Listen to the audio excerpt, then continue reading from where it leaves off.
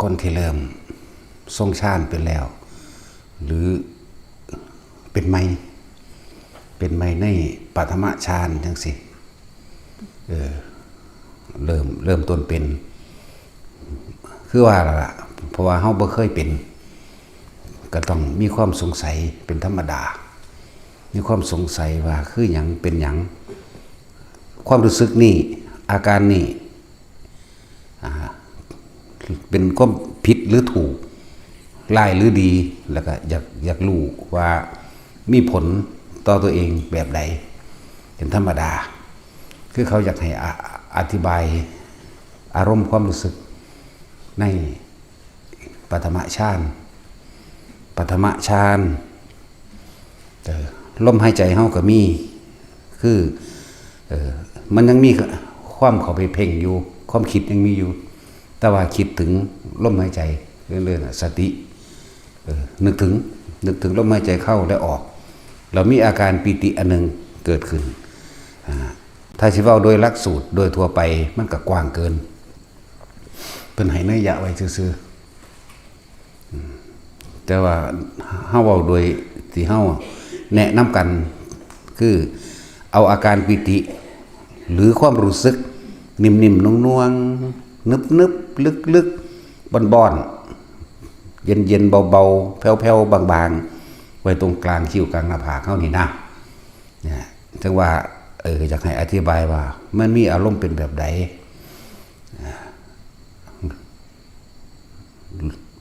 นึกถึงลมหายใจเข้าและออกแล้วก็มีอาการนิ่มนวลตรงกลางคิ้วกลางหน้าผากนี่คือหลักสูตรหลักขอปฏิบัติของพวกเขาเองเป็นเฉพาะนะเป็นเฉพาะแต่ว่าอันนี้ที่เขาอยากให้อธิบายให้จับเอาที่มันตรงประเด็นที่มันเกิดกับตัวเองเด้อ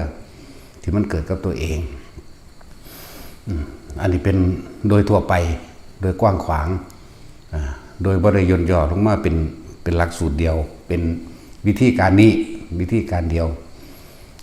ถ้าเมื่อไหร่เรามีสติระลึกรู้อยู่ลมหายใจเข้าก็รู้เย็นเข้าไปในโพรงจมูกและออกเรามีอาการปิติโดยทั่วไปมีอยู่5อย่างปิติที่1สติระลึกรู้อยู่กับลมหายใจเข้าและออกมีอาการขนลุกขนพองสยองก้าวขนขิ้งลุกมันจิตทั่วตัวหรือไม่ทั่วตัวกระช่างบางที่มันก็ทั่วตัวขนขิ้งลุกวืดขึ้นบ่แห้งก็เรียกว่าใช้ได้บางที่มันก็ขนลุกเฉพาะหัวขนขิ้งลุกขนหัวลุกทั้งตัวทั้งหัวนี่เรียกว่าปฐมฌานเป็นแบบนี้ปิติที่2ในปฐมฌานสติระลึกรู้อยู่กับลมหายใจเข้าลมหายใจออกและมีอาการจิตอิ่มเบิกบานในมีอาการจุกอกน้ำตาไหลนี่เป็นปิติที่2เป็นแต่ว่าบ่แม่นแบบเสียใจจุกอกนี่บ่แม่นแบบแค้นใจหรือเสียใจแต่ว่าก็อธิบายมาว่าจุกอกในความรู้สึกทางกายว่าจุกอกจุกข้อแล้วก็น้ำตาไหลนี่เป็นปิติที่2ในปฐมฌานปิติที่3ในปฐมฌานสติระลึกรู้อยู่ในความรู้สึกลมหายใจเข้าออกเหมือนเดิมและมีอาการโยกเรียกว่าภารณาปิติโยกซ้ายก็ได้โยกนิ่มๆแบบนี้แหละถ้าผู้เบิ่งอยู่ก็สิฮู้ว่าโยกแบบนี้ซ้ายขวาทีนี้โยกหน้าหลังยกหน้าหลังแบบนี้เรียกภารณาปิตินี่ในปฐมฌานปิติที่4ในปฐมฌานสติระลึกรู้ลมหายใจเข้าออกเหมือนเดิมแล้วมีแสงสว่างเกิดขึ้นดุจดังว่าสายฟ้าแลบนั่นคือในหนังสือสิวางสั่น เรียกว่าโอกันติกาปิติมีแสงสว่างเกิดขึ้นดุจดังสายฟ้าแลบที่นี่ที่มีแทรกซ้อนเข้ามาแน่บ่แม่นแค่ว่าดุจดังว่าสายฟ้าแลบเป็นให้นัยยะเดียวบางที่มันวาบขึ้นเลยที่เดียว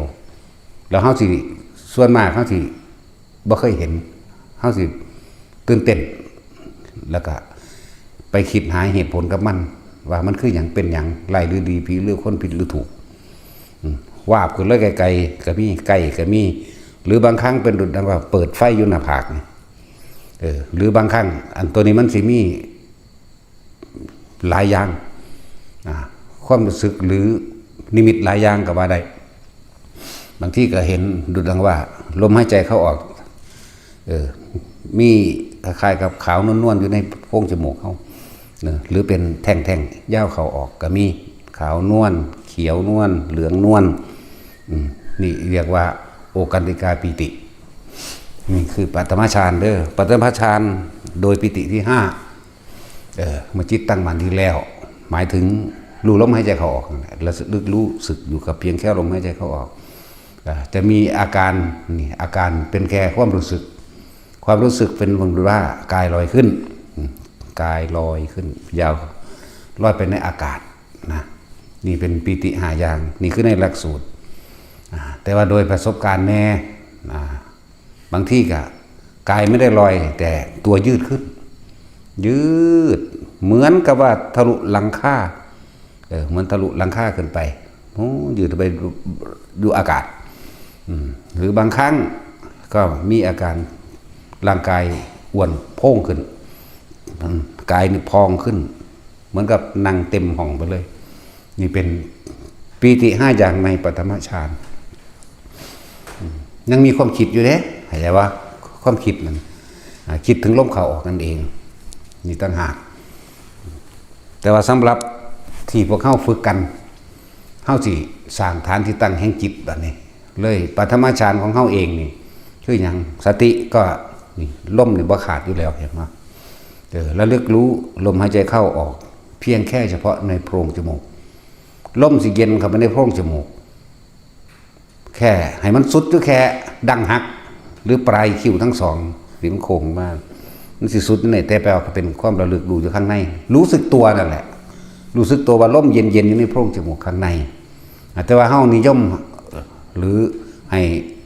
เมื่อตาลืมตาทำของพวกเฮาอันที่เว้ามาทั้งหลับตาและลืมตาเป็นได้ทั้งหมดเด้ออันปฐมฌานในปิติทั้ง5ที่อธิบายไปเมื่อกี้นี้แต่ว่าในเฮาอยากให้ทุกคนลืมตาเมื่อตา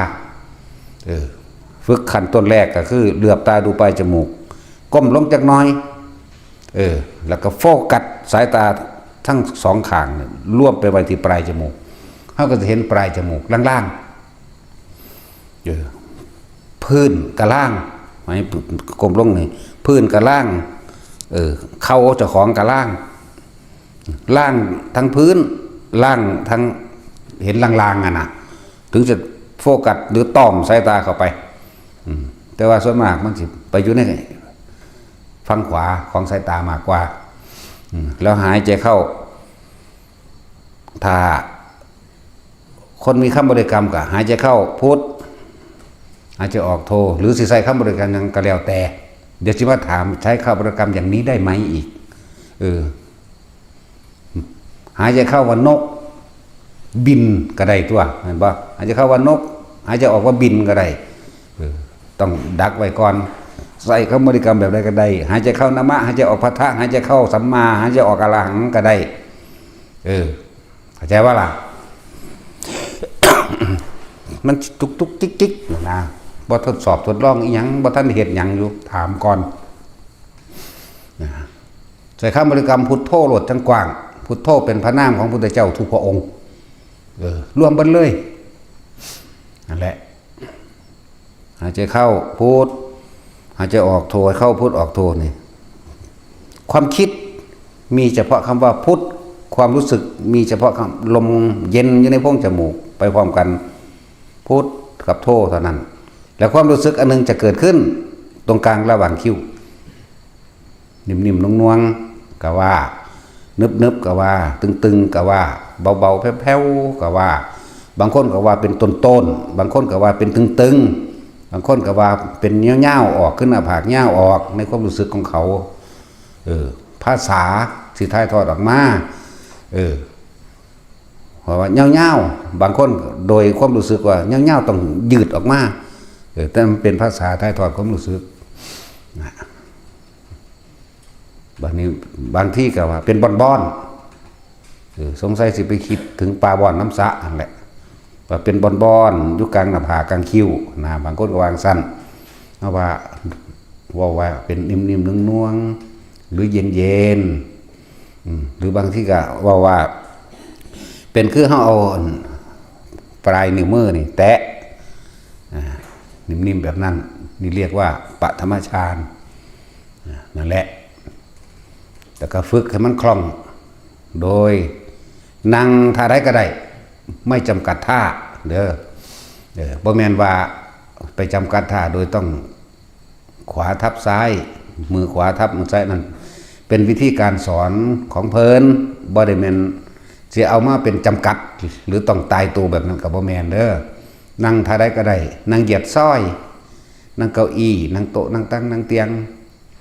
นั่งท่าใดก็ได้พิงฝาผนังพิงซ้ายพิงขวาได้ทั้งนั้นเว้าละเอียดคักปานนี้จังสิมีมาคำถามอีกอยู่เนาะนะบ่จำเป็นต้องมานั่งอยู่หน้าพระประธานหรือในโบสถ์ในวัดตรงไหนก็ได้คือเถียงหน้าเจ้าของเองทำเบียดทำการทำงานนั่งพิงโกมในเศร้าห่มอยู่กับเฮ็ดไปโลดนั่นแหละนิ่มๆนุ่งๆนี่เรียกว่า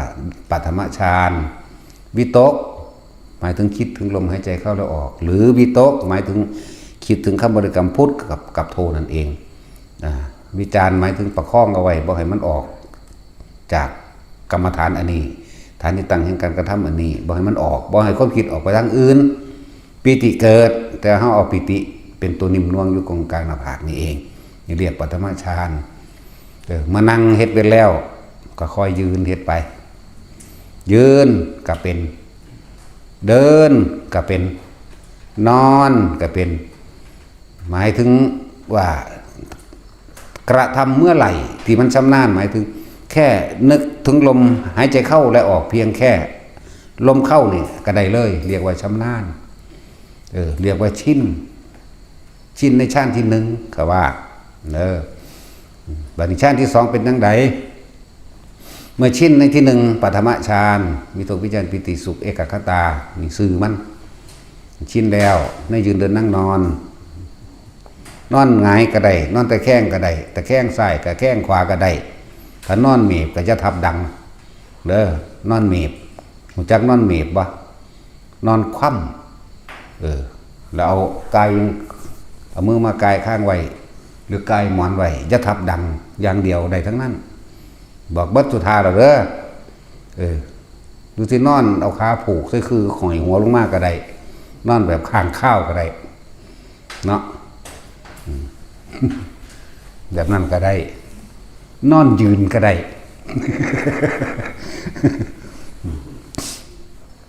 ไม่ได้เว้าตลกเด้เรื่องจริงทั้งนั้นเด้อย่างนั้นได้ไหมอย่างนี้ได้ไหมโอ้ยพวกผู้หญิงน่ะอีห่างเอ้ยถามเอาจนเบิดมึงนอนครึ่งนึงก็ได้เอ้านั่นแหละก็จะให้มันตรงกับมึงเป็นบอกคนเป็นล้านๆคนกูก็ตอบบ่ตรงได้ล้านคนนี่เนาะนอนคดก็ได้เอาเนาะนอนขูบหมูบลงก็ได้กูก็เฮ็ดอยู่ได้ล่ะนอนหมูแบบเครื่องโตคดนะคือเฮาเอาคือเฮาไหว้พระนั่นแหละแต่ว่าบ่ได้ยองดอกเหยียดแข้งหรือสิยองก็แล้วแต่ละหมูเอาหน้าผากเอามือเนี่ยมาลัดหน้าผากไว้ก็จับลมหายใจนั่นแหละช่วงมันเจ็บมันปวดมันป่วยก็เฮ็ดจังสั่นอีหลีมันระงับความเจ็บทางกายซื่อตอนนั้นนั่นแหละเดี๋ยวนั้นก็ได้เบิดทานนอนแล้ววะหรือสินอนหงายแต่ว่าโคตรขาเขาเอากอดขาไว้ก็ได้เด้อกอดขาไว้ไหมนอนหงายแล้วก็เฮ็ดขาเขามาคือเฮานั่งพับเพียบแต่เป็นท่านอนไหมคือเฮานั่งยองๆกับพระนี่แหละแล้วเอามือกอดขาไว้มันยังบ่หลุดออกเดี๋ยวจับลมหายใจท่านอนนี่นั่นแหละให้มันชินในปฐมฌานแล้วนึกถึงลมหายใจเมื่อไหร่ในทุกขบวนท่าได้ทั้งนั้น อาการปิติเกิดขึ้นเมื่อนั้นนี่ชินในปฐมฌานชั้นที่สองมันเป็นเองเวลาใดที่เราไม่มีความคิดใจบันยังงอกไปธรรมดามีความรู้สึกนิ่มหน่วงตรงกลางระหว่างคิ้วตรงกลางหน้าผากหรือหนึบหนาบบนหัวกระชังนั่นเรียกว่าทุติยฌานปีติสุขเอกคตามีเฉพาะปีติเท่านั้นความคิดเกิดขึ้นไม่ได้มันจิบันบริคือปัฐมฌานแต่ปัฐมฌานเขาเป็นแล้วเขาหูจักแล้วมีความคิดอยู่เข้าใจป่ะแต่ทุติยฌานไม่มีความคิดมีเฉพาะอาการปีติสุขเอกคตาปีติอย่างเดียวขึ้นนวงแล้วเขาก็อยู่กับความรู้สึกอันนั้นแหละยืนเดินนั่งนอนกับจนชินเหมือนกันตัวที่สามมันก็เคลื่อนเข้าไปเองสุขเอกคตาหมายถึงความสงบปราศจากความคิดนึกของตนเองเข้าใจว่านี่จนชินยืนเดินนั่งนอนชินแล้วที่นี่ระวังแต่สังขารขันธ์หรือสัญญาขันธ์ที่มันจิพูดขึ้นเองคือความคิดแทรกซ้อนเกิดขึ้นมาอันนี้ก็บ่เป็นของตายตัวอย่างใดอย่างหนึ่งของภัยของมันเกิดขึ้นไม่เหมือนกันอันนี้ให้ไปต่อยอดเอาเองคิดเอาเองแก้แบบใดไม่ได้แก้ความจริงบ่ได้แก้ แล้วก็หลายๆอย่างบ่ดิเพียงแค่ปฐมฌานหรือทุติยฌานเด้อสีเว้าตีรวบเพราะว่าปิติมันแทรกซ้อนได้ในทั้งปฐมฌานและทุติยฌานปิติอันอื่นแทรกซ้อนขึ้นมาหรืออุบัติขึ้นมาพุทธขึ้นมาถ้าเขา2ฌาน1 2 3เป็นแล้วนะเรียกว่าเป็นสมาธิละจากบ่สมาธิฌานสมาธิสื่อมันซื้อจะไปเอาหลักการมาคุยสื่อมันนั่นแหละเป็นสมาธิเมื่อจิตมันตั้งมั่นตั้งตรงไหนตั้งตรงกลางหลักคิ้วตั้งกลางหน้าผากหรือบนหัวหรือเอาความรู้สึกที่นิ่มๆหน่วงๆนั่นเองผู้ที่เป็นปฐมฌานอยู่หรือผู้ที่เป็นทุติยฌานแล้วจะมีอาการอย่างอื่นแทรกซ้อนเข้ามาแต่คนนั่งหรือนอนหรือแบบใดก็ช่างมือสะบัดนั่งนี่ผู้สิทับใส่ทับขวายังก็แล้วแต่เถอะหรือนอนอยู่มันก็สะบัดได้นอนแม้จะนอนหงายถ้าเอามือไม่ในระหว่างท้องสะดือเขาเนี่ยมันก็สะบัดได้มือสะบัดก็บ่ต้องสงสัยเพราะนั่นเรียกว่าอุปจารสมาธิอุปะคือสิ่งที่อุบัติขึ้นเกิดขึ้นอาการแทรกซ้อนความรู้สึกอาการแทรกซ้อนทางกายมือสะบัดก็เอาขึ้นมาไว้เหมือนเดิมบ่ต้องคิดอยากว่าอุ้ยเป็นอย่างคือเป็นเรื่องนี้นะเป็นใหม่ๆบ่เป็นเพียงครั้งเดียวเด้10-20เทื่อเพิ่นก็พยายามควบคุมอย่าคิดออกจากความรู้สึกที่นิ่มนวลอยู่หน้าผากหรือล้มกับความนิ่มนวลอยู่หน้าผากนี่เว้าถึงทุติยฌานกับปฐมฌานร่วมกันเด้อความแทรกซ้อนความรู้สึกที่แทรกซ้อนมือสะบัดว่างความคิดอย่าไปสรุปความคิดเห็นว่าเป็นหยังร้ายหรือดีผีหรือคนผิดหรือถูกกะว่างๆเหมือนเก่าทั้งเบิดนี่คือพยายามบ่คิดจากว่าบ่คิดบ่ไปสรุปความเห็นว่าอะไรหรือดีผีหรือคนผิดหรือถูกจริงหรือเท็จอย่างนั้นเอาขึ้นมาไว้คือเก่าก็อยู่ไปเฮ็ดไปทั้งปฐมฌานก็เป็นทุติยฌานก็เป็นอย่างนั้นนั่นแหละนี่เว้าทั้ง2อันเด้ออย่างหนึ่งมือสะบัดอย่างสองเกิดความช็อตสปาร์กช็อตบางทีเขาจับโทรศัพท์ช็อตก็มีช็อตต่อของเองแหละแต่ว่าตอนนั้นมันเป็นอย่างกูคือว่าได้2ชั้นมันส่งแล้วอยากว่ามันเป็น2มันมีสิไปจับเอาโทรศัพท์มันช็อตก็มีจับเหล็กหรือประตูหรือจับคนอื่นก็ช็อตก็ปล่อยมันผ่านซ้ายจะไปเก็บมันไว้จากว่าคือจะไปคิดว่ามันผิดหรือถูกอะไรหรือดีผิดหรือคนเป็นหยังคืออะไรแก้ยังไงบ่ได้แก้ปล่อยเลยแต่คิดว่าสิแก้นั่นก็ติดแล้วนะติดกับดักเรียกว่ากับดักคือบ่ปล่อยว่างจากวันนี้ช็อตและเนื้อกระตุกแบบนี้ มันกระตุกเป็นจุดหรอกผู้ใดเคยเป็นบ่ดึกน้ำแขนน้ำขาน้ำเนื้อน้ำหนังน้ำตุนน้ำโตในหัวนี่แหละหมายถึงว่าทั้งปฐมฌานหรือทุติยฌานผู้มีอาการนิ่มนวลกลางหน้าผากหรือนิ่มนวลบนหัวมีอาการซ้อนเข้ามานี่ความรู้สึกมันแทรกซ้อนเข้ามานี่ก็บ่ต้องไปหาเหตุผลกับมันให้มันก็รู้สึกในตัวกับพ่อแล้วแต่ว่าอย่าเอาความคิดกับไปแทรกซ้อนเข้ามานะนั่นแหละต่อมาแทรกซ้อนโดยการมีอาการเสียดเหมือนกับเอาเสียนหรือเข็มแทงเดียดดาดเข้าไปตามนิ้วตีนนิ้วมือปลายนิ้วไม่ก็จะไล่ทุกนิ้วเลยว่านิ้วใดก็สร้างเป็นอย่างก็สุกคิดเอาเนี่ยเลยอันรูปแบบผู้ขาเป็นนิ้วซี่สันโอ้ยหานิ้วใดก็บอกไปในเชิงเดียวกันเนี่ยเลยเว้ยเนาะก็สิกูว่าถือวัตถุนิ้วคนบอกมันมีทุกจัง20 นิ้วทั้งตีนซ้ายตีนขวามือซ้ายมือขวาหลดเนาะคือหยังหลดก็จะว่าให้มันไปคือหยังเป็นหยังไรหรือดีผีหรือคนผิดหรือถูกนะมันเดียดดาดก็รู้ว่ามันเดียดดาดกันแล้วตัวเนาะป้าบกันไปเลยบางที่มีความรู้สึกอันนึงเป็นจำจุดเรียกว่าทั้งในบางที่ก็มีอาการร้อนเผาร้อนข้นอบในตัวเลือดหลั่งนั่นแหละบางคนเป็นเฉพาะหน้าอกบางคนเป็นเบิดทั้งท้องทั้งหน้าอกเป็นมาร่วมนั่นสิก็บ่ต้องตกใจนั่นคือการปรับธาตุไฟและธาตุลมมันแปรปรวนมันไม่สมดุลมันเดือดปรับของมันเองนี่บอกเราได้ว่ามันเป็นอย่างคืออย่างก็เลยบ่แม่นตั้งใจว่าจะมาฝึกสมาธิรักษาโรคต้องบ่แม่นแบบนี้นี่คนที่ทรงฌานจะเดินฌานอยู่แล้วมันสิปรับธาตุปรับโรครักษาโรคของมันเองโดยที่เฮาบ่ฮู้หรอกว่ามันปรับแล้วก็อาการต่อไป นิ่มนวลกลางหน้าผากก็มีเหมือนเดิมเข้าใจปะทั้งปฐมฌานหรือทุติยฌานบางทีก็ขนลุกแทรกซ้อนก็ให้รู้ซื่อๆอย่านำเข้ามาคิดอย่าย่ำเข้ามาคิดเว้าเนี่ยรู้สึกทั้งกายก่อนโอ้มันหลายกระดอกเดียดดาดน้ำฟ้าตีนก็มีเด้เดียดดาดน้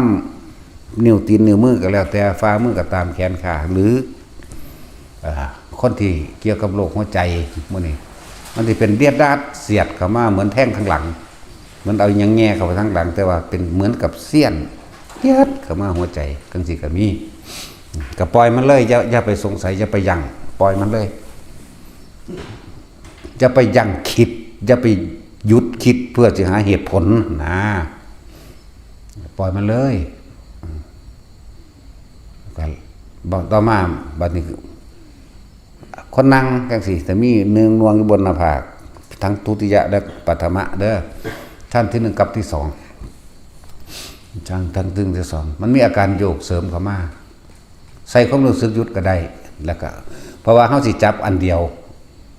อย่าว่าต้องไปสงสัยความโยกพอโยกนี่ก็บอกแล้วว่าคืออาการหยังความรู้สึกว่าจังไดก็บอกซื่อมันแล้วจับความรู้สึกเดียวใส่ความรู้สึกหยุดความรู้สึกก็ได้หยุดตัวมันโยกพี่นะข้อหมุนงอกงักหรือแม้กระทั่งหาวอยากบ่ล่ะหาวก็รู้ว่าหาวโลดจะไปว่ามันเป็นหยังคือหยังหาวก็ดีต้นเอาของเสียออกแต่ว่าภาษาวิทยาศาสตร์เนาะ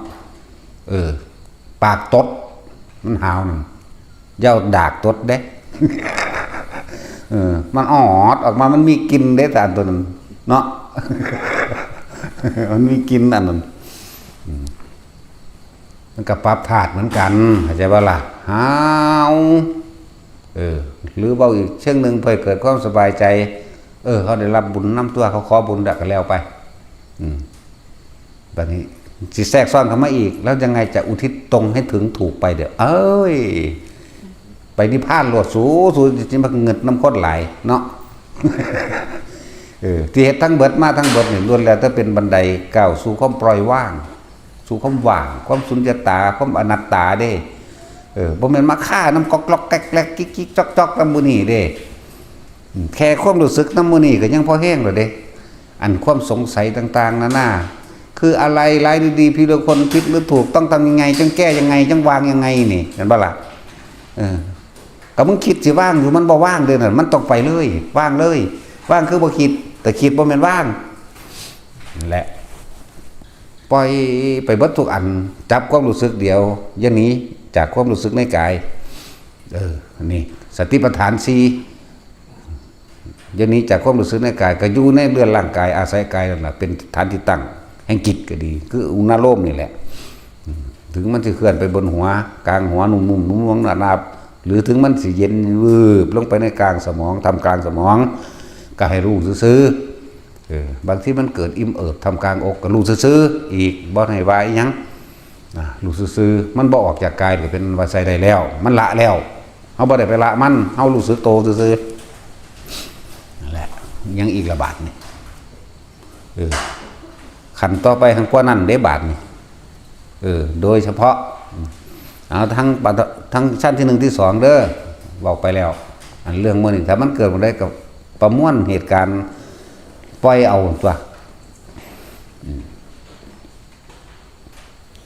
ตัวความรู้สึกอีกอันหนึ่งที่มันแทรกซ้อนเข้ามาเหมือนตัวลอยขึ้นทั้งที่มี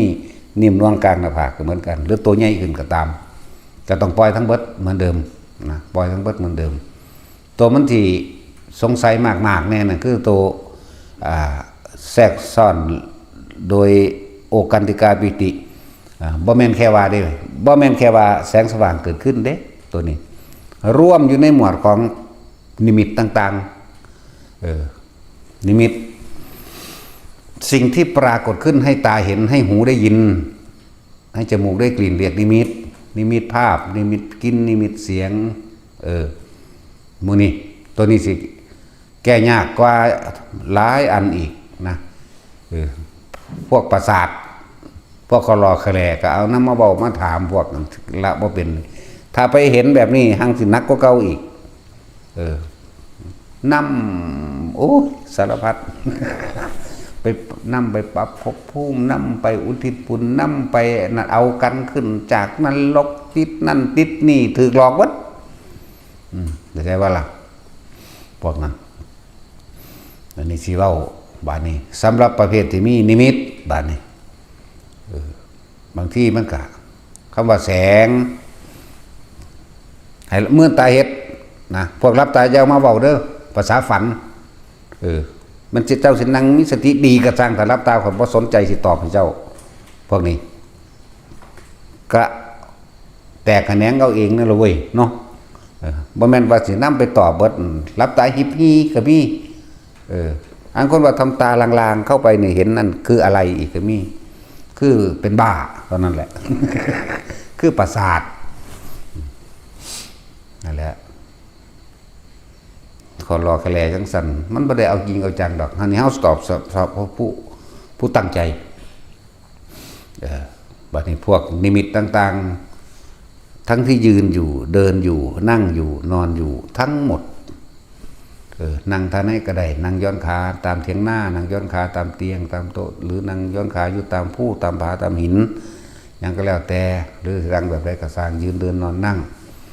บางที่แสงมันสว่างมากจ้ามาตั้งลูกน้อยลูกใหญ่ก็ช่างเด้อเห็นเฉยๆอย่านำเข้ามาคิดให้เห็นเฉยๆจากสีเขียวหรือสีแดงหรือสีเหลืองอำพันธ์ยังก็แล้วแต่บางลูกบางดวงมันก็สว่างทั่วป่าที่เฮาอยู่เลยทั่วถ้ำที่เฮานอนอยู่ทั่วกุฏิพวกรับตาบางที่เห็นบ่มันเป็นคือไฟนี่แจ้งเบิดทั่วห้องมื่นตาเบิ่งนั่นถูกหลอกออกจากสมาธิเบิดล่ะพวกกันนั่นแม่ล่ะพวกรับตานี่ถือสิ่งเหล่านี้หลอกเร็วสงสัยเร็วพวกรับตามื่นตาแมงโลดไม่ใช่ว่าล่ะถ้ามื่นตาชำนาญแล้วรับตาหรือมื่นตาก็อันเดียวกันเด้เห็นได้เสมอกันตัวเพศรับตาเห็นมันจะเป็นทั้งสั้นมันจะสงสัยหลายก็เลยเอาแบบมื่นตาเห็นเลยป่านนี้เวลานอนมันต้องรับตามันชินในมื่นตาแล้วมันก็ปล่อยเลยคือกันนั่นแหละแต่ว่า แสงสีใดก็ช่างอย่านำเขามาคิดว่าคือหยังสิเป็นแสงผีพุ่งใต้พุ่งเหนือแสงเพชรสิเป็นแสงแล้วแต่สิใส่ซื้อมันดอกก็สิใส่ซื้อมันเฮ็ดหยังก็บ่เห็นซื่อๆนั่นบ่นั่นสิใส่ซื้อบางครั้งเฮาก็ตอบเพื่อว่าให้ทิ่มซื่อๆเด้คือจังอยู่จังหวัดเลยจังซี่บากใหญ่เป็นคือดวงจันทร์เต็มดวงแต่ว่ามันเคลื่อนมาไกลสดใสสว่างแบบบ่ได้ย่านนะนอนมาไกลๆสัมผัสลมพุ่นเด้แต่ว่าแจ้งแบบดวงจันทร์บ่แม่นแจ้งแบบดวงอาทิตย์จังซี่มาเคลื่อนไปเคลื่อนมาเคลื่อนมาเคลื่อนไปวูบเข้ามาใกล้ๆแม้กระทั่งว่าเฮาเอามือนี่เข้าไปอยู่ในดวงนั้นได้เลยนะเขาก็ออกมาสิแต่เขาบ่คิดเด้แต่คิดบ่ได้ไปเลยเอามือเข้าไปมันก็บ่เป็นดวงมันก็บ่มีหยังสัมผัสใดแต่ว่ามันเป็นแสงเอามือนี่พาเข้าไปข้างในได้เลยนี่มาแต่ความรู้สึกเฮาอยู่พี่อยู่หัวพี่อยู่พี่เข้าใจบ่ล่ะแต่ก็เอามือซุบเข้าไปจับเบิ่งก็บ่มีความรู้สึกหยังดอกแต่ว่ารู้สึกตัวนี้อยู่เหมือนเดิมมันก็เคลื่อนไปเคลื่อนมาแล้วก็คอยลอยไปแล้วขึ้นไปทำผาบิ่งแล้วก็หายไปในถ้ำผาบิ่งนะตัวนี้ก็เห็นอยู่2-3 ครั้งก็แล้วไปบ่ให้ค่าอีหยังมันนั่นแหละถ้าบอกซื้อให้ค่าก็สิมาถามกูอีกละบาดนี้เนาะบ่ต้องให้ซื้อบ่ต้องให้ค่ามันแต่ว่ารู้เห็นซื่อๆกันแล้วไปนี่คือเหมือนดวงจันทร์เป๊ะอันนี้เหมือนอีเกิ้งเป๊ะเลยแต่ว่าบ่ได้เป็นล่างๆแบบอีเกิ้งเข้าใจว่าบ่ได้มีรูปกระต่ายชมจันทร์นั่นนี่บริสุทธิ์เลยเอามือเข้าไปก็ออกมาได้นี่ก็แบบนึงแต่ว่าเฮาบ่ให้ซื้อเฮาบ่ให้ค่าเฮาบ่คิดว่าคือหยังเป็นหยังลายดีผีคนก็สร้างลอยเลื่อนไปเลื่อนมาแล้วก็เข้าไปครั้งที่2กับมือที่2ก็มาอีกออกมาเห็นเลยที่แรกบักใหญ่เลยเป็นดวงขึ้นถึงภูเขานั่นแหละแล้วก็คอยที่แรกบักใหญ่เด้ปัดมาเฮาคอยน้อยลงก็เหมือนเดิมก็มาทำพัดลมมื้อนี้แหละแล้วก็เบิ่งซื่อๆบ่จับบัดนี้เบิ่งธรรมดาก็วนอ้อมแล้วก็ลอยไปทางหลังก็เลี้ยวเห็นบ่ได้เฮาบ่ได้แงกนำเด้แต่ว่ามันนั่งเห็นนั่นแหละเฮาบ่แงกบ่งวกไม่อวยตามเนาะสายสิญจน์ฮู้จักอวยบ่พูดแล้วบ่อวยตามบ่แงกบ่หันหลังนำบ่มันนั่งเห็นนี่นั่นเส้นถึง3 ครั้งพุ่นล่ะแบบนั้น เหมือนเดียวกันกับดวงจันทร์เป๊ะแต่ว่าบ่มีด่างบ่มีรอยด่างบ่มีรอยด่างรอยเหลาบ่มีหยังเอามือซุบเข้าไปก็ซุบไปธรรมดาก็บ่ได้มีหยังนั่นแหละนี่คือบ่คิดบางครั้งก็เป็นแสงสว่างแบบลักษณะประกายพฤกษ์เรียกว่าปูบวาบมามั้ยตั้งสิก็มีเขียวมั่งเหลืองอำพันมั่ง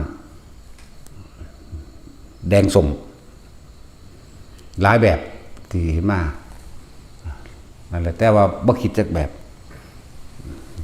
บางครั้งเฮาเดินจงกรม ย่างกลับไปกลับมาเป็นลูกน้อยๆเท่าปมมือเท่าโปรตีนเท่ากำปั้นลอยสวยงามแต่สิบอกเรื่องสวยงามมันหลายสีระยิบระยับสวยงามเลี้ยงกันออกมาลักษณะเหมือนหิ้งห้อยหลายตัววับมันนะเลี้ยงลอยอ้อมโตจนว่าเฮาเกิดความเคยชินกับสิ่งนั้นถึงกับจับเบิ่งก็มีบางอย่างก็เป็นก้อนคือลูกแก้วเอาวางไว้ต่อไม้บางที่ก็จับไว้มันบ่มีต่อไม้กันนั่งลงวางไว้ข้างๆจับปุ๊บกลายเป็นลูกแก้วธรรมดาวางไว้แต่ก็บ่คิดไปต่อเพราะความรู้สึกเฮาอยู่พี่นั่นแหละแบบนี้ก็มีน้อยๆทอดนี่ก้อยนี่ เขียวเหลืองแดงดำก็มีเพราะมันดำเชิงดำแบบนั้นดอกนั่นแหละเหมือนกับม่วงเข้มนะว่ามันดำปึ๊ดนะว่ามันดำปีๆเด้เนาะแต่จริงมันดำปื้อๆเด้มันออก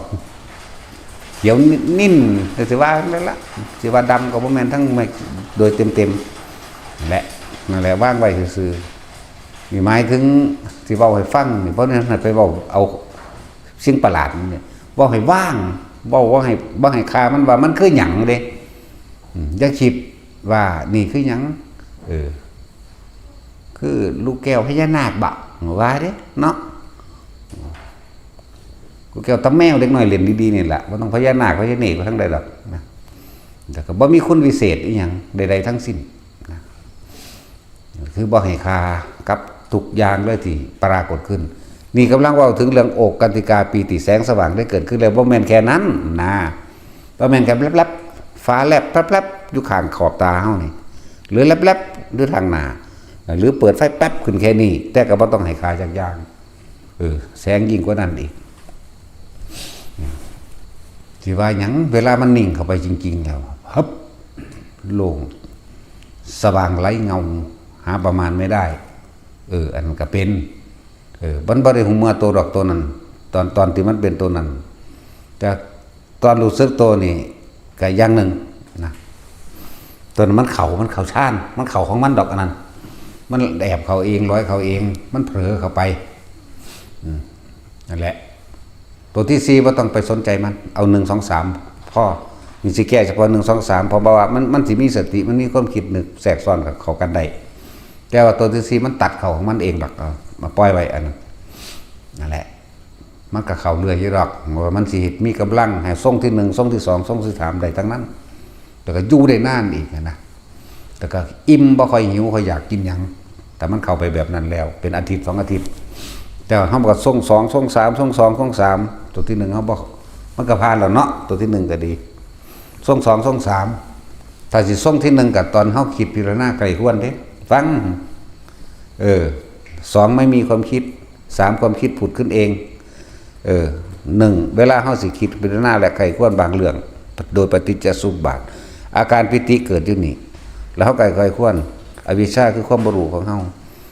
อวิชชาคือสัญญาความรู้สึกเก่าๆที่มันเคยมีมาไว้แล้วแต่การไหนหาประมาณบ่ได้คิดดีก็ติดดีแต่เมื่อติดดีแล้วเร็วว่าจำเป็นต้องติดมันก็ติดคือเก่ามันอยู่ในดีความเข้าใจผิดคิดว่านี่ก็ไล่ไปไล่ของเขาเองในเรื่องของเขาเองแต่เอาความรู้สึกนวงอยู่กลางคิ้วกลางหน้าผากหรือหัวเหมือนเดิมถึงมันจะเคลื่อนไปลงมาเคลื่อนไปลงมาบางครั้งเข้าเต็มสมองเลยเย็นวาบเข้าไปเต็มสมองเลยก็มีแต่ว่าความคิดยังพิจารณาใกล้ควรในปฏิจจสมุปบาทคนเฮาเนาะเพราะว่ามันมีความหลักมันมีความปรารถนาแล้วนี่ก็เป็นปฏิจจสมุปบาทเด้อยากว่าล่ะเหตุและปัจจัยทั้งหลายแห่งสัตว์ทั้งหลายแต่เกิดเพราะว่าเฮามักเขาเป็นแบบนี้เฮาก็คิดนึกปรุงแต่งไปแบบนี้นี่เฮาก็คิดไปของเฮาไล่เพราะว่าเฮาเห็นสิ่งนี้มันเกิดขึ้นแล้วก็ต้องมีสิ่งนี้เกิดตามไหลไป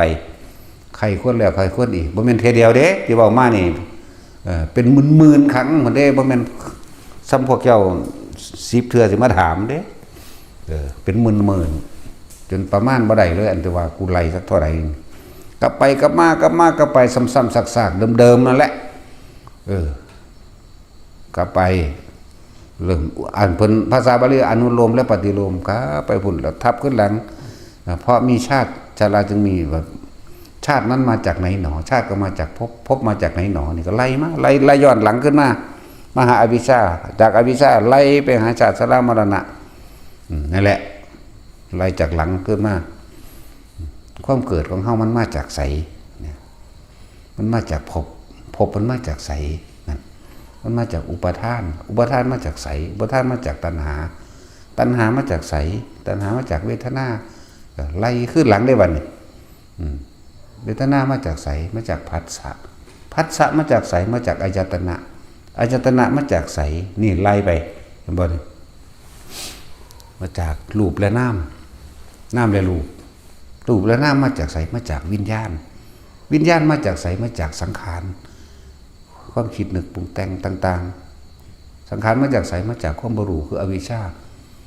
คนอวิชชาคือหยังอวิชชาคือความสัญญาความรู้สึกของเฮาที่เฮาบ่รู้สึกตัวเลยว่าในความปรารถนาทั้งหลายที่มันฝังเอาไว้แต่ปุเรภพชาติใดไม่รู้นะนี่แหละเอิ้นว่าปฏิสัมบาทปฏิโลมจากหน้ามาหลังจากหลังไปหน้าอนุโลมจากวันแบบนี้ไล่ยังละเอียดเลยเด้บ่แม่นแค่นี้เด้คือว่าเพราะสัญญาเฮาตีรวบเป็นอวิชชานั่นเองไล่ไปจึงมีสังขารจึงมีวิญญาณจึงมีนามรูปเพราะสัญญาจึงมีสังขารเพราะสัญญาจึงมีวิญญาณเพราะสัญญาจึงมีเห็นบ่ไล่คร่าวๆซื่อๆฟังซื่อๆเด้จะเอาละเอียดเลยอยู่นี่3 มื้อก็บ่แล้วเด้นี่มีจักบ่นี่ เพราะสัญญาจึงมีนามรูปเพราะสัญญาจึงมีอายตนะเพราะสัญญาจึงมีผัสสะเพราะสัญญาจึงมีเวทนาเพราะสัญญาจึงมีตัณหาเพราะสัญญาจึงมีอุปทานเพราะสัญญาจึงมีภพเพราะสัญญาจึงมีชาติชรามรณะชาติชรามรณะก็มีความตายเป็นที่สุดอยู่แล้วชาติแล้วก็มีชราเฒ่าแก่ไป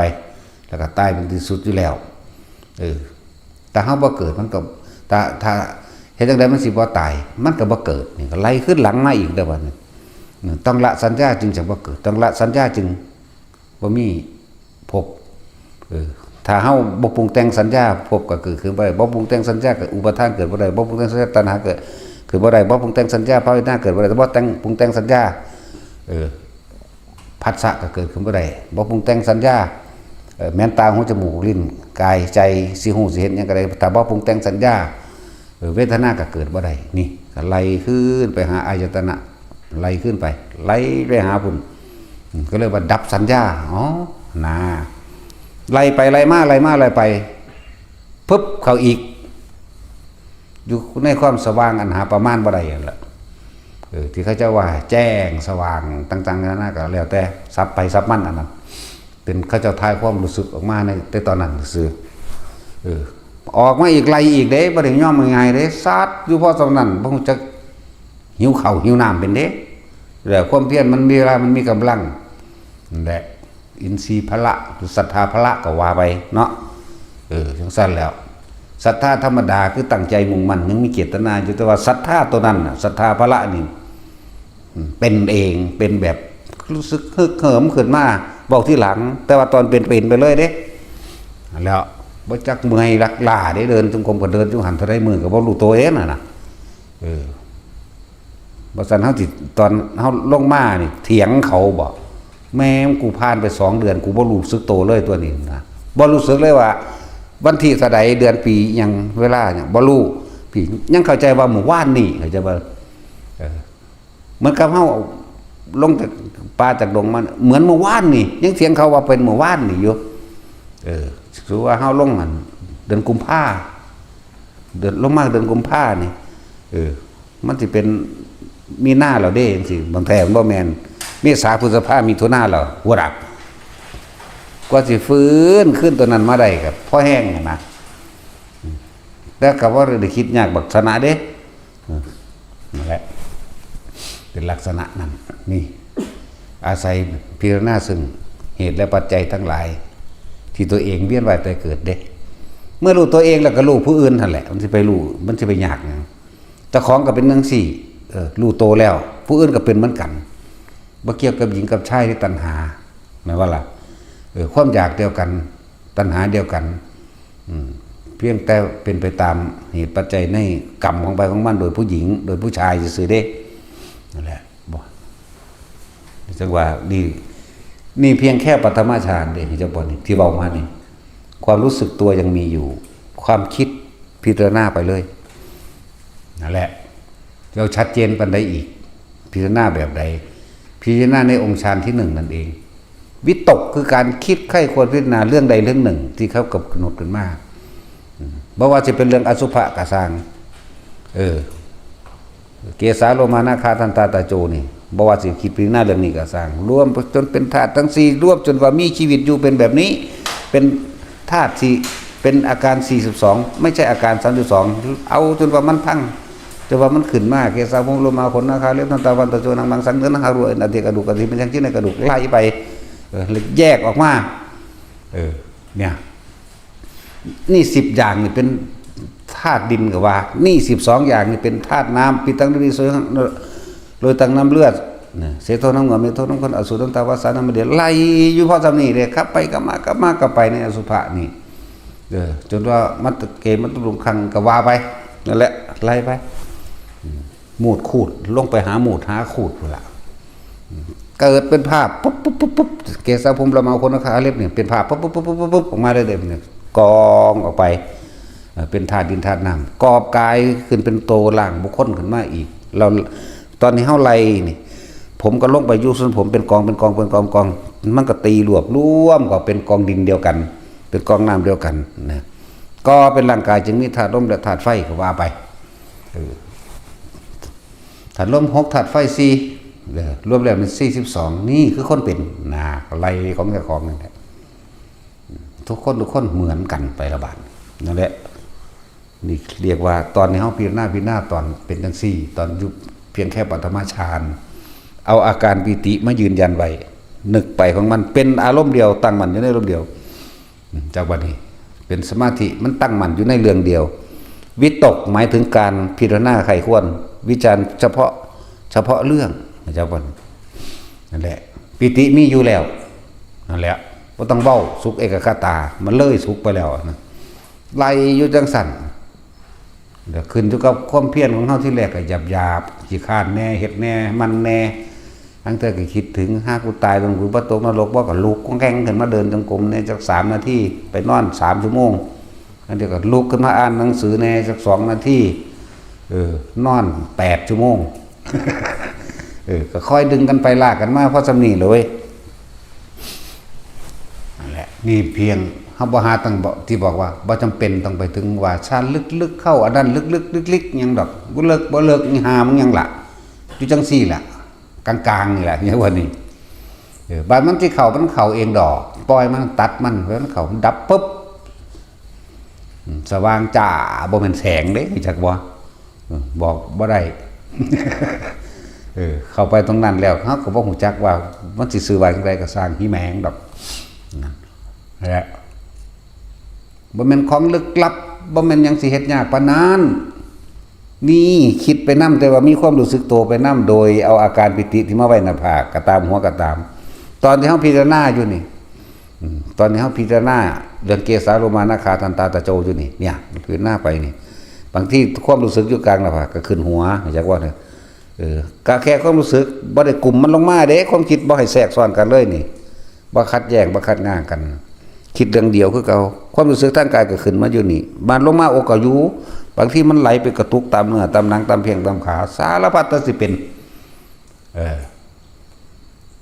บางทีในการคิดแทรกซ้อนอย่างอื่นมีโยกมีสันมีสายอีกก็ใส่ความรู้สึกหยุดความรู้สึกบ่ได้ใส่ความคิดจากบัดอันนั้นแหละที่มาเฮ็ดไปวิตกก็โดยการพิจารณาใครควรณเรื่องใดเรื่องหนึ่งคำว่าเรื่องใดเรื่องหนึ่งส่วนมากก็คืออสุภะนะอสุภะไหลเข้าไปจนถึงว่าแทรกซ่อนเข้าไปตามเส้นเอ็นแม้กระทั่งเส้นเลือดเข้าไปแม้กระทั่งในเส้นเลือดนั่นแหละที่แรกก็ใส่จินตนาการอยู่ที่แรกแต่ตอนนี้ว่าได้ใส่เป็นขึ้นมาโหลดนะเข้าใจคำว่าจินตนาการบ่เมื่อเฮาอยู่ดีๆแต่ว่าเฮาจินตนาการเข้าไปบ่ว่ามันเป็นกระดูกเฮาเห็นแต่กระดูกเอาก็ได้จังซี่นะนั่นแหละนี่ไล่เข้าไปที่บัดนี้ขนาดนั้นแหละแต่เฮ็ดไปเรื่อยๆดอกบ่แม่นสิเอาเที่ยเดียวมันได้เลยดอกยังว่ามัน30กว่าปีแล้วล้มลุกคุกคาน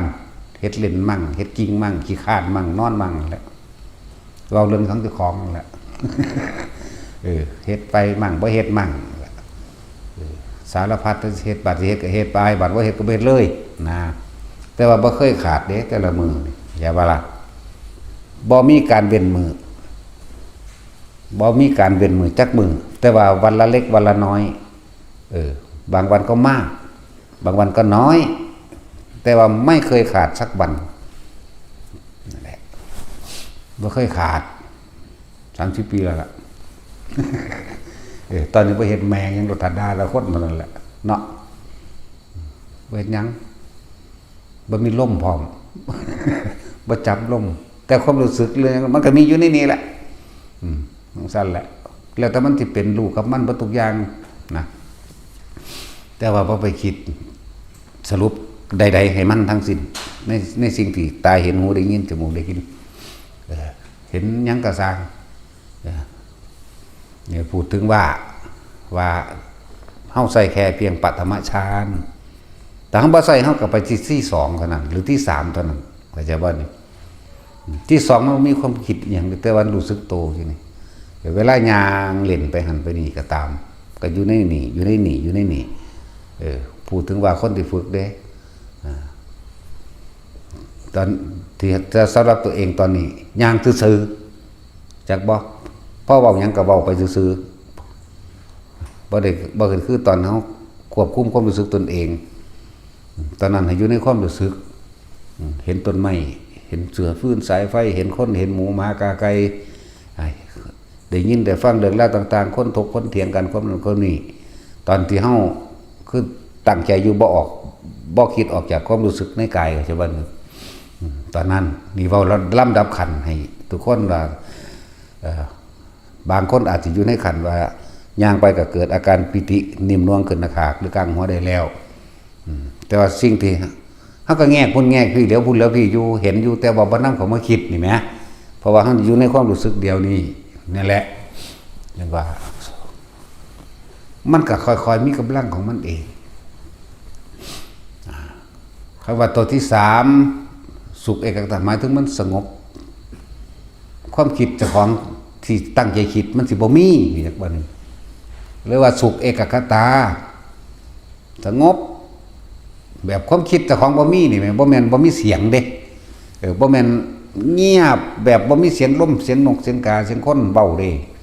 แต่ว่าความคิดของเฮามันบ่มีเจตนาตัวใดแล้วนะเพิ่นเลยเอิ้นว่าสุขเอกคตา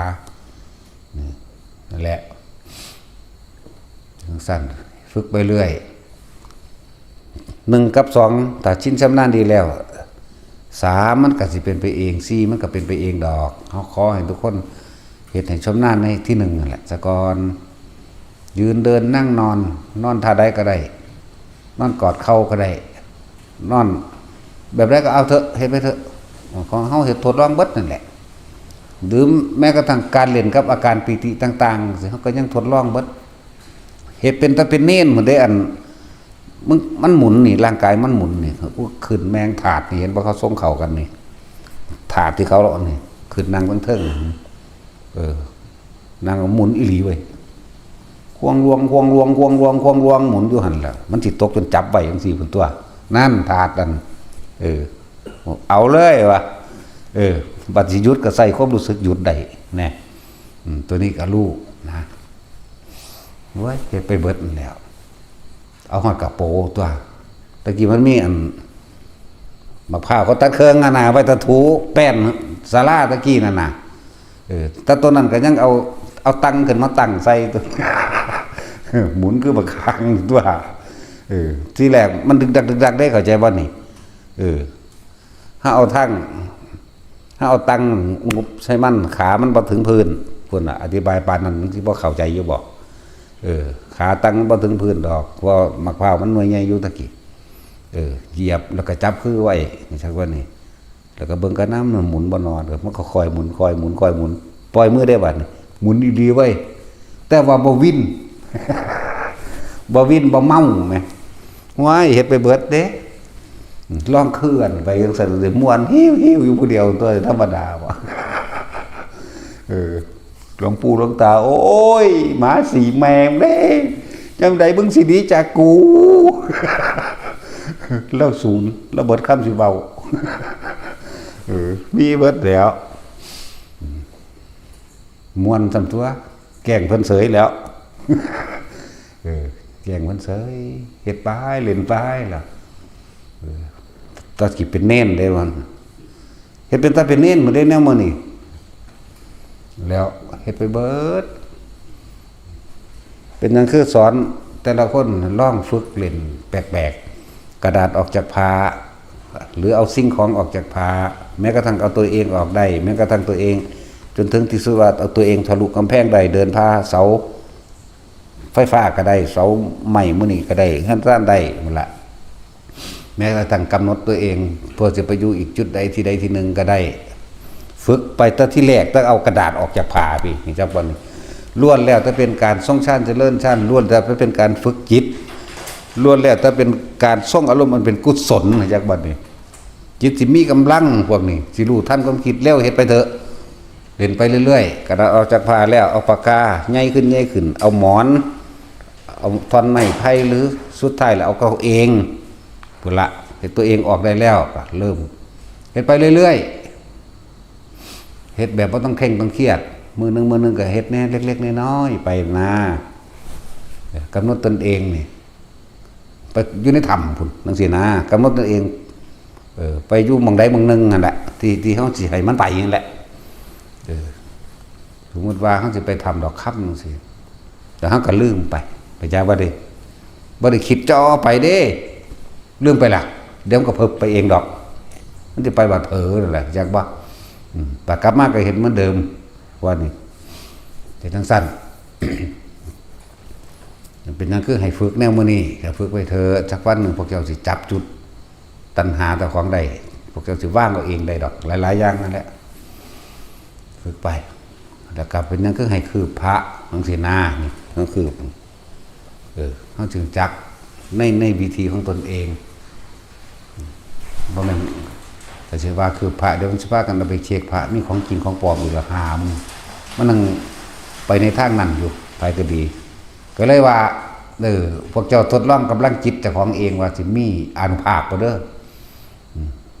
บ่แม่นพุทธคุณบ่แม่นพุทธานุภาพแต่ว่าอานุภาพพลังจิตเจ้าของเองเด้อต้องเอาดักไว้บ่ซั่นเอาไปหาเฮ็ดตัวที่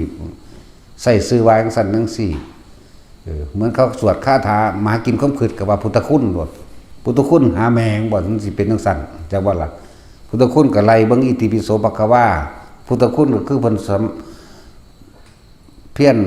ในการสั่งสมบารมีนั่นพุทธคุณพวกนั้นสั่งสมบารมีแบบนี้ก็ว่าไปมันต่างหากจับก้อนหินมาก้อนนึงแล้วก็มาวางไว้ข้อมือข้อที่2ของนิ้วกลางก็มาฝึกเอาตัวมาคือเบิ่งแล้วก็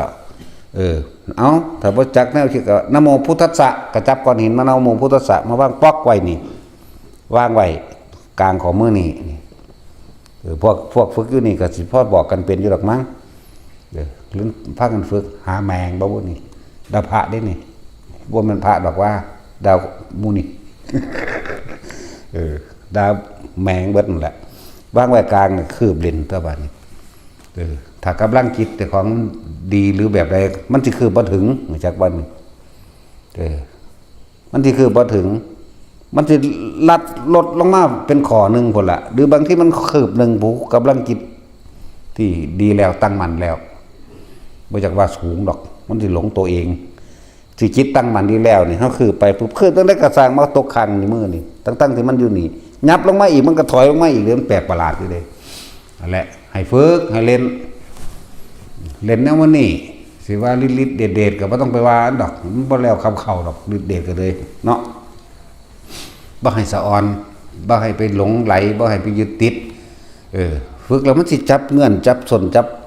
ความคิดทางเจ้าของได้ดอกสิจับตัณหาที่มันกำลังสิแซ่ออกไปหาเรื่องเข้ามาเองดอกนะว่าล่ะฝึกไปจะเราจากพาจนถึงคนออกจากพาแต่ของเองเด้เขาเอานินโมเฮ็ดมันก็ยังออกด้วยล่ะ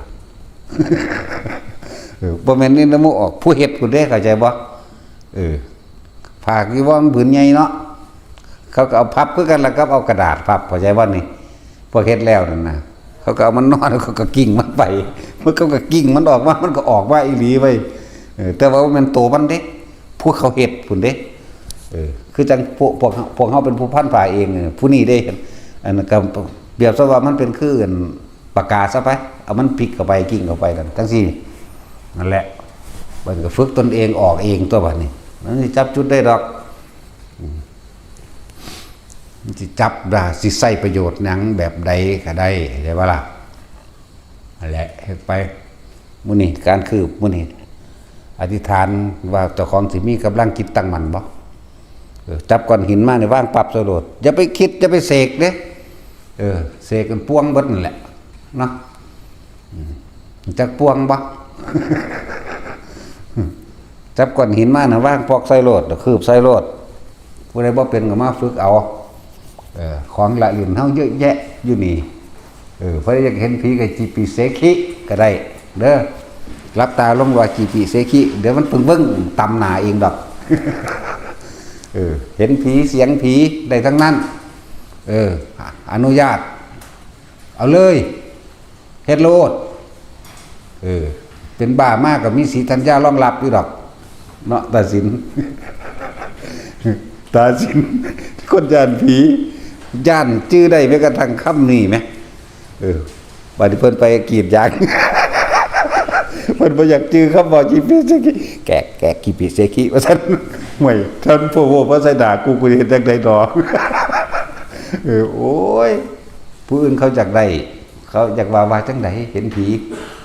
เพิ่นบ่อยากได้แต่เสือกจำได้ที่ขนาดว่ามีสมองเด้ แกะไปคิดพอพอดี โอ้ยแต่มันพอกูเดชจังได๋ดอกนะธรรมดาดิย่านเห็นไหมบ่รู้นั่นก็คนย่านเว้ยผีกระสอบปุ๋ยมันนั่นแล้วย่านเบิด ถุงยางปิวขึ้นกับผี นี่เบิดนั่นแหละเห็นผีจังซี่ก็แล้วแต่ทุกอย่างก็ขึ้นอยู่กับจิตร่วมนั่นแหละจากว่าล่ะขึ้นอยู่กับอำนาจสมาธิของเจ้าของเองส่วนคำบริกรรมนั่นก็อาจจะเป็นตัวนำแนวทางให้ซื่อเด้เหมือนกับพวกเฮาบ่จักสิว่าจังใดน้อเลยมีนะโมตัสสะขึ้นต้นมั่งเลยมีคำว่าพุทธังธัมมังสังฆังสนังคัจฉามิมั่งว่าสิเอาพระพุทธพระธรรมพระสงฆ์เป็นที่พึ่งจังใดนะส่วนผู้เขาฮู้จักแล้วพวกเขาเป็นของแล้วเขาบ่ว่าหยังก็ได้เด้เพราะมันเป็นพุทธมันเป็นธรรมมันเป็นสงฆ์ในตัวเองของมันบ่ว่าหยังก็ได้ว่าล่ะจังซั่นแหละเลยมีแนวนำคือพวกเขาคือว่านั่นแหละมันเลยพากันติดพิธีเอามากมายฝึกเบิ่งเดี๋ยวก็รู้เองล่ะเขาได้ยินได้ฟังแล้วแม่นบ่นำเขาไปฝึกบ่ได้ไปใช้ประโยชน์มันก็เหมือนไม่รู้อะไรเลยเด้อบ่มีความหมายใดๆนะการได้ยินได้ฟังสิรู้จากตำราสิอ่านมาหรือครูบาอาจารย์ที่พร่ำสอนตลอดจดจำได้ถ้าตัวเองบ่เป็นเองมันก็เหมือนกับไม่รู้อะไรเลยเวลาเป็นสั้น อยากให้ทุกคนมาฝึกเอาเอง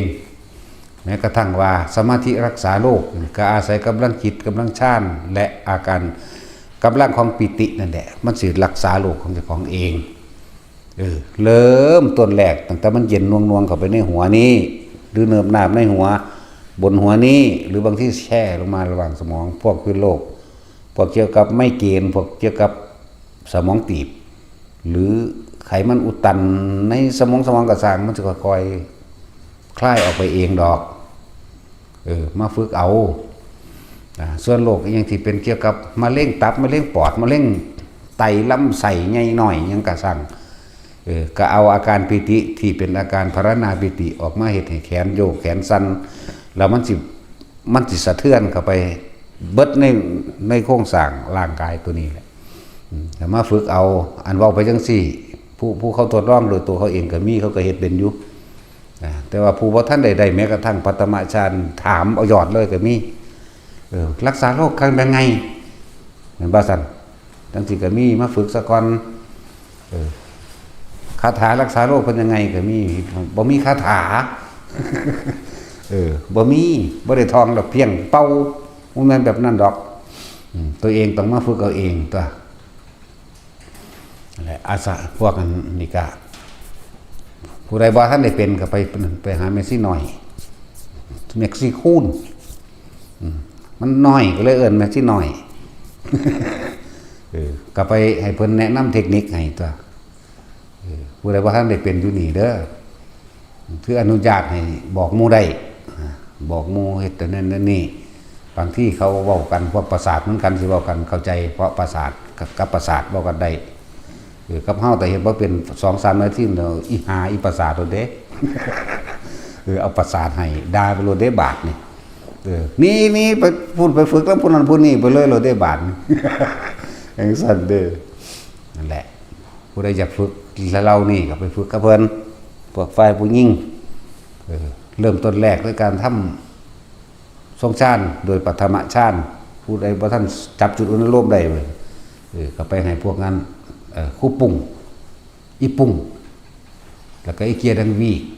จังสว่างใดดอกลืมอีกแล้วลุงบ่มันบ่ได้สมซื้อจังเม็ดได้อีหานี่นาเลยเอาตอดด้วยนี่ เลยอีเกียดังวีมันคือเด้เนาะแม่นบ่สัตว์เดี๋ยวไผอีกผู้นึงอีเป็ดแน่ล่ะหลายอยู่หรอกแล้วอีกนึงก็บอกเขาแน่อีจวงอีเสลออันนั้นมันเป็นจังได๋บุ แล้วก็นั่นแหละเอาสำรองไว้บอกกันไปสอนกันไปแนะกันไปส่วนเทคนิคอื่นๆอีกก็ไปหานั่นแหละไอ้ที่คูณในการรักษาโรคต่างๆผู้ใดเป็นมะเร็งมาเรื่องอหยังก็เลยเฮ้ยเส้นพากันอยากเป็นครับเนาะ แล้วคนบ่เป็นโรคว่าผมคือบ่เป็นคือเขานะว่ามื้อแรกเอาเจ้าของบ่เป็นโรคก็สิจะให้มันเป็นคือเขาเนาะจะเป็นคือเขาก็ไปเป็นโรคซะที่ ผมคือบ่สั่นเฮ้อสั่นแต่ว่าเป็นแบบนี้อยู่แต่ว่าบ่สั่นก็เจ้าของบ่เป็น บ่มีโรคนั้นจักว่าล่ะแล้วก็สิมันเหมือนกันเบิดทันทีคือพวกนี้แหละแต่ได้ยาดีมากินนั่นอยากได้น้ำกันเนาะถ้าอยากได้ก็ป่วยที่จะเอาให้ ยาหยังเดียวผมก็อยากได้เด้อป่วยบ่ป่วยก็อยากเอาไปหยังถ้าอยากได้ก็ป่วยซั่นตัวซั่นดอกซั่นแล้วเห็นเขาไปใส่แขวก็อยากใส่น้ำเขาไปถอนก่อนจังมาใส่บ่ได้ว่าได้ล่ะเนาะศาสินไปถอนออกเบิดอันสิใส่ให้ เห็นเขาใส่แขวก็อยากใส่แขวโอ้ยพวกประสาทมาฝึกเอาผู้ใดอยู่ไกลมันได้ก็ตามหลายอย่างในคนที่ทรงฌานจะเลื่อนฌานสิ่งเหล่านี้ได้อันตรายใดๆก็ตามสิเป็นของภายนอกลดส้นกันจังสิหรือเป็นของสิตกลงมาใส่สื่อหัวเฮาคักๆมันก็บ่ถูกเด้มันเวียงไปทั้งไม้เบิดนั่นแหละองค์ฌานหรืออาการที่ทั้งหลายมันรักษาของมันเองมันปกป้องเอาเองสิเป็นลดส้นสิเป็นก้อนหินตกใส่หรือสิเป็นอีหยังก็ช่างเถอะหลายอันหลายแบบอยู่ดอกมันก็อธิบายบ่เบิดดอกพวกเขาประสบพบมาเองรถเขาปีนลงถนนหนทางจังสิพวกนั้นถึงขั้นเสียชีวิตนี่เด้แต่ว่าสิเสียหายเฉพาะทรัพย์สินชีวิตบ่เจ็บบ่ปวดบ่อีหยังหลายคนอยู่ดอกที่เขาเจ้ามาเป็นมาแล้วดีใจเว้าให้ฟังเขาเจ้าบ่ได้เสียดายตรงนั้นดอกเขาเจ้าดีใจที่ได้มาเห็นมาพบมาพ้อมาเป็นมาฝึกตัวเองเป็นนั่นนะสำหรับโรคที่เป็นนักมันก็คอยทุเลาเบาบางสำหรับที่บ่เป็นเลยมันก็บ่เป็นเลยดิคือที่บอกไว้นะเอาเจ้าสิป่วยตอน50 ปีเด้อนี่ตอนนั้นบ่ป่วยบ่ได้เชื่อดอกเห็นบ่แต่ถ้าเฮาฝึกไปแล้วนี่ตัวนั้นหายไปเลยมันบ่เป็นเลยก็แล้วไปเลยตัวคือสิมันเป็นซะก่อนบ่จังมาฝึกเนาะกำลังฌานหรืออาการเป็นจังไรมันสิรักษาโรคให้เฮาเองมันสิปรับทานให้เฮาเองโดยที่เฮาบ่ต้องว่าก็ได้แต่ว่าสิบอกออกไปนะคนบ่มีผู้ใดปรารถนาคนป่วยดอกก็มาเฮ็ดเอามาฝึกเอาสำหรับคนที่ป่วยอยู่แล้วเฒ่าคักแล้วหรือนั่นแหละ ใจสิตายแล้วแหละก็ฟังธรรมแล้วก็ฝึกไปนำคนฟังธรรมก่อนตายแล้วก็ฝึกจับจุดฝึกไอ้ลมหายใจไปนำไอ้อุณาโลมไปพร้อมนะส่วนมากตายจะไปทางอนาคามีมันเด้หลายกว่าอยากว่าล่ะฟังธรรมความคิดเห็นและประสบการณ์ชีวิตเจ้าของเองมันน้อมเข้ามาใส่กับชีวิตจริงประสบการณ์จริงของตัวเองมันสิจุดลมหายใจ บาดจิตตายจริงๆมันจะเข้ามาสู่ลมหายใจใจขาดไปกับลมหายใจเลยพวกนี้ก็พิสูจน์ทางร่างกายได้บัดนี้พวกนี้ที่ตายอยู่ในอานาปานสติลมหายใจผมก็ใครควรทำผิวสีเหลืองนะมันสิผิวพันธุ์ผ่องใสเมื่อบางคือเหลืองปานขมิ้นมันได้ว่าธรรมดาเลยขนาดนั้นเด้แล้วก็เอาไว้2-3 มือกับช่างน้ำมูดน้ำคูดน้ำน้องนะสิบไหลออกทั้งปากทั้งจมูกทั้งตาหรือทั้งหูตามธรรมดาคนที่ตายเนาโดยบ่จักทีจักแดนอย่างนั้นบ่มีธรรมะในหัวใจนั่นจักว่าน้ำมูดคูดน้ำน้องน้ำเหลืองเลยออกปากมั่งออกดังมั่งออกหูมั่งเด้ออกตามั่งแล้วก็มีกลิ่นเหม็นจักว่าล่ะพวกนี้สิเหมือนดูดังว่าคนนอนหลับผิวเหลืองเหมือนคนนอนหลับเฮามาขยับแขนขยับขาก็ติงได้เป็นปกติเหมือนคนนอนหลับเหมือนคนบ่ตายพลิกได้นี่ครับมันก็พิสูจน์มาหลายคนแล้วที่ว่ามานี่บางคนเฮาก็บ่เห็นดอกแต่เขาทายรูปกระดูกไม่เบิ่งกระดูกขาวปานปุยฝ้ายนะนี่เป็นเครื่องพิสูจน์อันนึงเฮ็ดจังได๋ก็ตายน่ะมันสิหนีไปไสวะเนาะเฮาบ่หนีได้มีแต่อยากให้มันตายนั่นแหละเฮ็ดจังได๋ก็ตายเสียมักธรรมะบ่มักธรรมะก็สร้างคือจังพวกเจ้าสิมีเงินหน่อยเงินหลายก็จะแล่นหาหมอจนเบิดบังหาแล้วล่ะก็ต้องเอาธรรมะนี่แหละจักบ่ล่ะเป็นธรรมโอสถบ่แม่นสวดแต่มันเศร้าเด้คำว่าธรรมโอสถบ่แม่นสวดอันไอ้ปริตนั่นปริตนี่ได้ให้มันหายเด้ปริตต่างๆล้วนแล้วเป็นคำสอนทั้งเบิดนะล้วนแต่เป็นคำสอนให้เฮาปฏิบัติตามนั้นเฮ็ดวิธีนั้นคือเขาจะว่าโพธิสงฆ์ปริตสวดเอาหายป่วยบ่มันบ่ได้เกี่ยวกันบางหันมันเป็นคำบอกสอนโพชังโคสติสังขาโตเป็นผู้มีสติทำมานังวิจโยนี่เลือกเฟ้นธรรมที่เหมาะสมกับตัวเองวิริยมปิติเมื่อได้เลือกเฟ้นธรรมตามที่เหมาะสมกับตนเองแล้ววิริยมนี่วิริยะนี่จะบอกแล้วมีความภาคเพียรปฏิบัติไปเมื่อมือความภาคเพียรปฏิบัติไปแล้วนี่ปีติก็เกิดขึ้นเพราะจิตได้รับธรรมเมื่อปีติเกิดขึ้นได้รับธรรมเกิดขึ้นแล้วปัสสัทธิจิตนี่เลยสงบผ่อนคลายออกก็เป็นสมาธิก็เป็นสติก็เป็นปัญญาก็เป็นเหตุแห่งความหลุดพ้นเองนี่